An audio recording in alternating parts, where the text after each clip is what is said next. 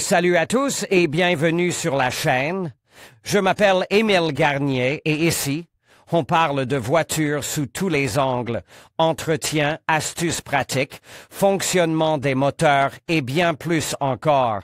Si vous voulez mieux comprendre votre véhicule et éviter les erreurs coûteuses, vous êtes au bon endroit. Pensez à mettre un j'aime, à vous abonner à la chaîne et à regarder la vidéo jusqu'à la fin. Vous y trouverez des infos vraiment utiles. Saxoma, Olima, Icoma et autres.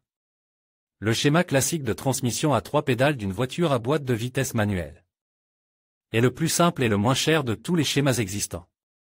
Son principal inconvénient est la nécessité pour un conducteur novice de maîtriser l'art de manipuler 2 pédales au moment du démarrage. Et, en montée, les 3 pédales.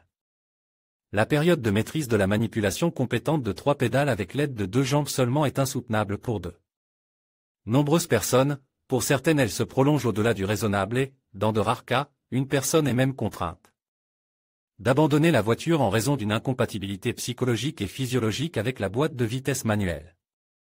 Ce problème est connu de tous depuis l'apparition des premières voitures dans le monde, et les ingénieurs ont travaillé sans relâche pour déléguer la manipulation des vitesses et de l'embrayage aux transmissions automatiques. Toutefois, outre la célèbre transmission automatique à convertisseur de couple, des dizaines de transmissions semi-automatiques ont vu le jour au fil des ans, simplifiant plus ou moins la vie du conducteur. L'un des concepts les plus simples est considéré comme la conservation d'une boîte manuelle traditionnelle, où la personne effectue le changement de vitesse toujours manuellement, à l'aide d'une poignée, l'embrayage traditionnel et conserve, mais la troisième pédale est absente, et certaines boîtes automatiques sont responsables de l'entraînement de l'embrayage. Le système le plus célèbre, dans le pass, bien sûr, et qui a donné lieu au plus grand nombre de clones de différents degrés d'évolution de ces systèmes peut être appelé la technologie européenne, Saxomat ou Saxoma. En 1956, Sax, qui fait aujourd'hui partie de ZF, a introduit une transmission semi-automatique pour les voitures particulières. Les voitures équipées du système Saxoma avaient 2 pédales, l'accélérateur et le frein. Elle était également équipée d'un pommeau de levier de vitesse, généralement très ordinaire et place à l'endroit habituel. Les vitesses étaient passées manuellement et à la discrétion du conducteur, et l'embrayage était assuré par un mécanisme centrifuge, dont le fonctionnement dépendait du régime du moteur. Cette technologie a été utilisée avec succès dans les années 60 du XXe siècle sur un grand nombre de modèles de voitures de différentes marques européennes, Volkswagen, Opel, BMW, Saab, Fiat, Lancia, etc. Dans certaines marques, le système avait son propre nom, Olima, Icoma. Cependant, il s'agissait toujours du même Saxoma sous licence de Sax. Plus tard, il y a eu des systèmes où l'embrayage centrifuge a été remplacé par un convertisseur de couple, conservant le changement de vitesse manuelle, mais il portait des noms de marque et des brevets différents, non liés à Sax. Néanmoins, il s'agissait d'une évolution du même concept. Comment cela fonctionne-t-il? L'embrayage classique à pédale est normalement embrayé, c'est-à-dire qu'il transmet le couple lorsque la pédale est relâchée. Le fait d'appuyer sur la pédale débraye l'embrayage, c'est-à-dire qu'il rompt la liaison entre le moteur et la boîte de vitesse. La corbeille d'embrayage Saxoma est extérieurement identique à la corbeille classique, mais elle est organisée différemment à l'intérieur et possède un algorithme de fonctionnement différent. Son état normal est le débrayage. Lorsque le moteur ne tourne pas ou tourne au ralenti, l'embrayage ne transmet pas le couple du volant moteur à l'arbre primaire de la boîte de vitesse. Mais dès que le moteur tourne à un régime supérieur au régime de ralenti, l'embrayage est enclenché. C'est à cela que l'on doit le mécanisme centrifuge composé de poids rouleaux dispose radialement, qui se disperse avec l'augmentation de la vitesse de rotation du centre vers la périphérie, pressant le disque d'entraînement contre le volant moteur et, par conséquent, serrant entre eux le disque esclave. Malgré le caractère automatique du mécanisme centrifuge, le panier Saxoma disposait en outre d'un pied de débrayage force, qui était presse par un palier de débrayage entraîne par une fourchette, tout comme un embrayage classique conventionnel. Toutefois, ce débrayage force n'était pas effectué par le pied du conducteur, mais par un actionneur à dépression situé sous le capot. Le mécanisme à dépression était actif après une légère pression de la main du conducteur sur le pommeau du levier de vitesse, ce qui entraînait la fermeture du bouton électrique sans fixation. Le bouton actionnait une soupape électromagnétique dans la conduite de dépression reliant le collecteur d'admission à un énorme cerveau. dont la conception et les dimensions ressemblaient à celles d'un cerveau-frein à dépression.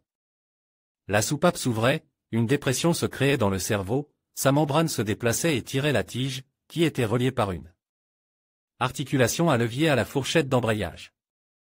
En d'autres termes, toucher le levier de vitesse revenait à appuyer sur la pédale d'embrayage, absente dans ce cas. Le mécanisme centrifuge ne suffit pas? Après avoir décrit la conception du Saxoma, de nombreuses personnes peuvent se demander pourquoi un actionneur a dépression pour. Le débrayage force a été ajouté à l'embrayage centrifuge. Sur tout scooter, taillé ou moteur de bateau équipe d'un embrayage centrifuge, il n'y a pas de composant supplémentaire pour débrayer, il suffit d'abaisser l'accélérateur à la vitesse de ralenti. Le Saxoma utilise ce principe de double embrayage pour deux raisons à la fois. Tout d'abord, il s'agit de permettre des changements de vitesse rapides lors des déplacements.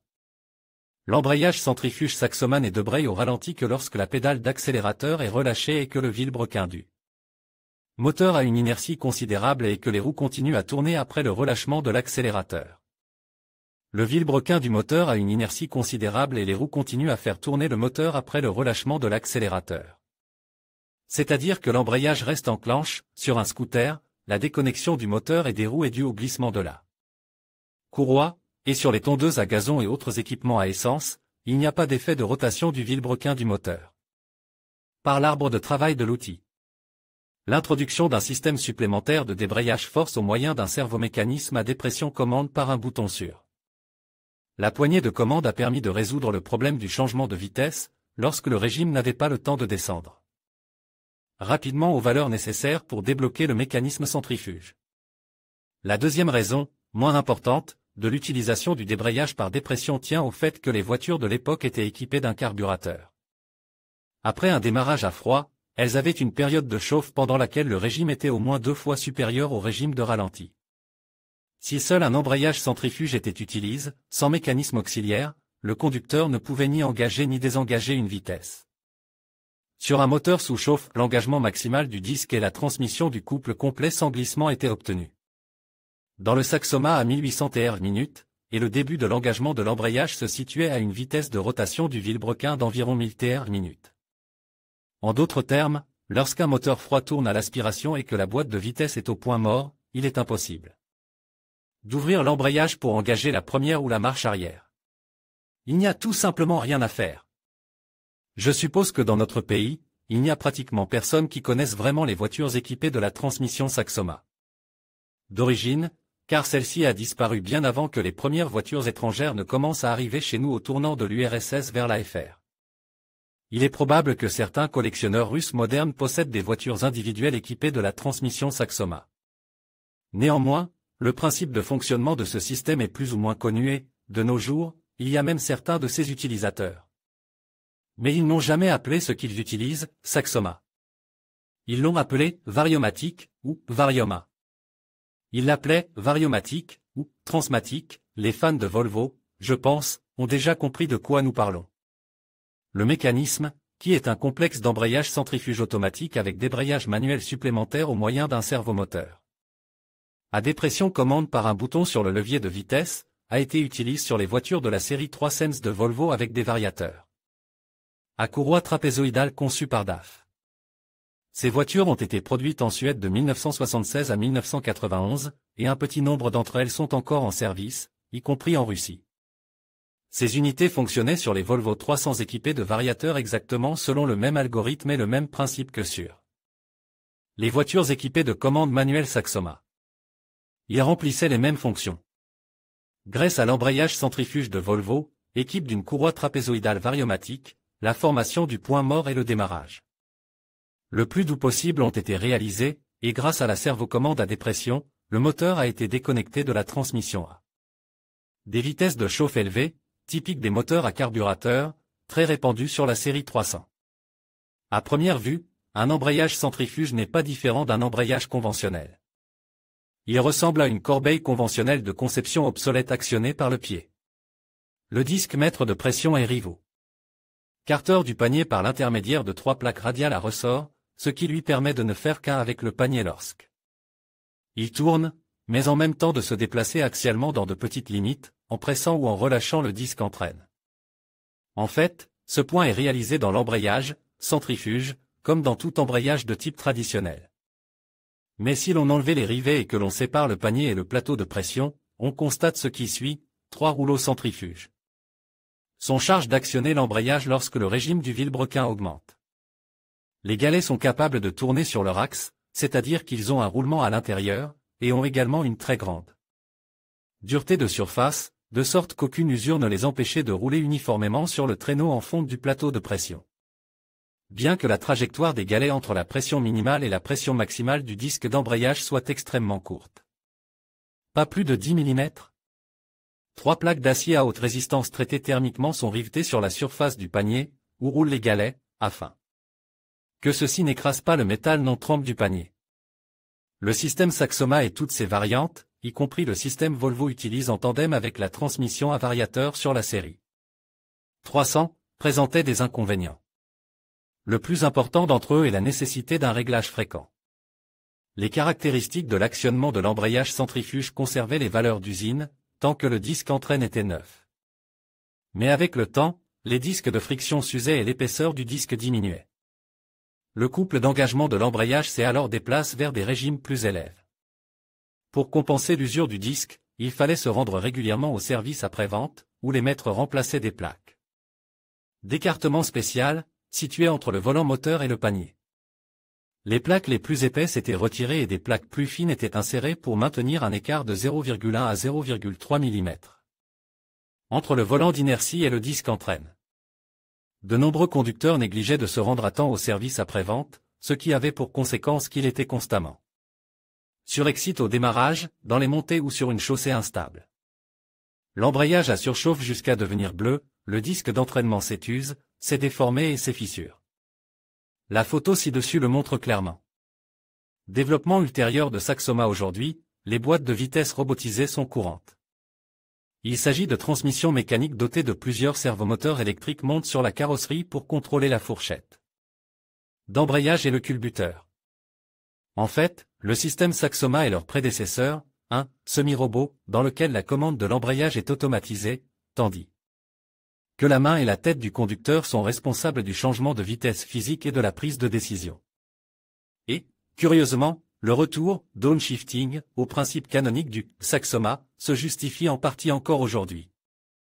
Les boîtes robots modernes ont malheureusement acquis, pour de nombreuses raisons, une image négative auprès des automobilistes, mais grâce à leur simplicité, les semi-robots fiables pourraient trouver leur place dans le segment des voitures ultra-budgétaires, où les commandes manuelles prévalent.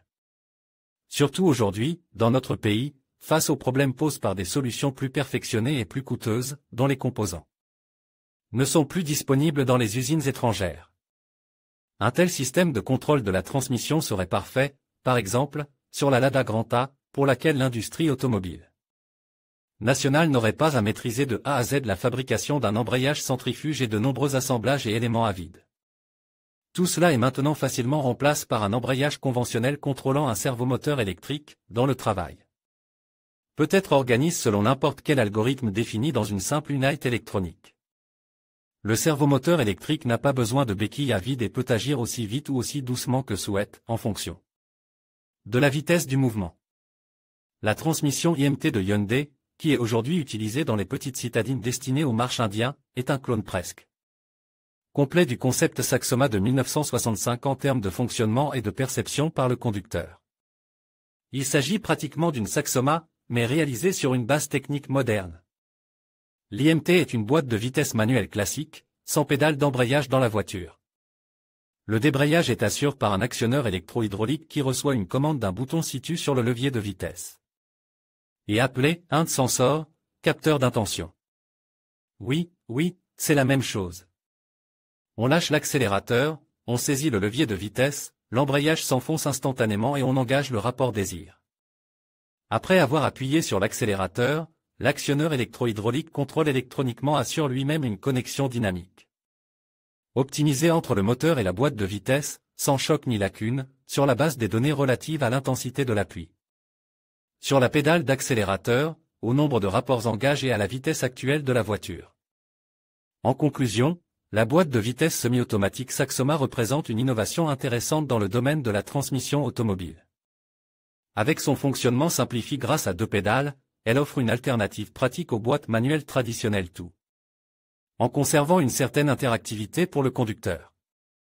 En combinant le meilleur des 2 mondes, cette technologie permet de profiter d'une conduite fluide et agréable, tout en facilitant les manœuvres en milieu urbain. Que vous soyez un passionné de mécanique ou simplement à la recherche d'une expérience de conduite différente, la Saxoma mérite d'être explorée. Merci de nous avoir suivis dans cette découverte.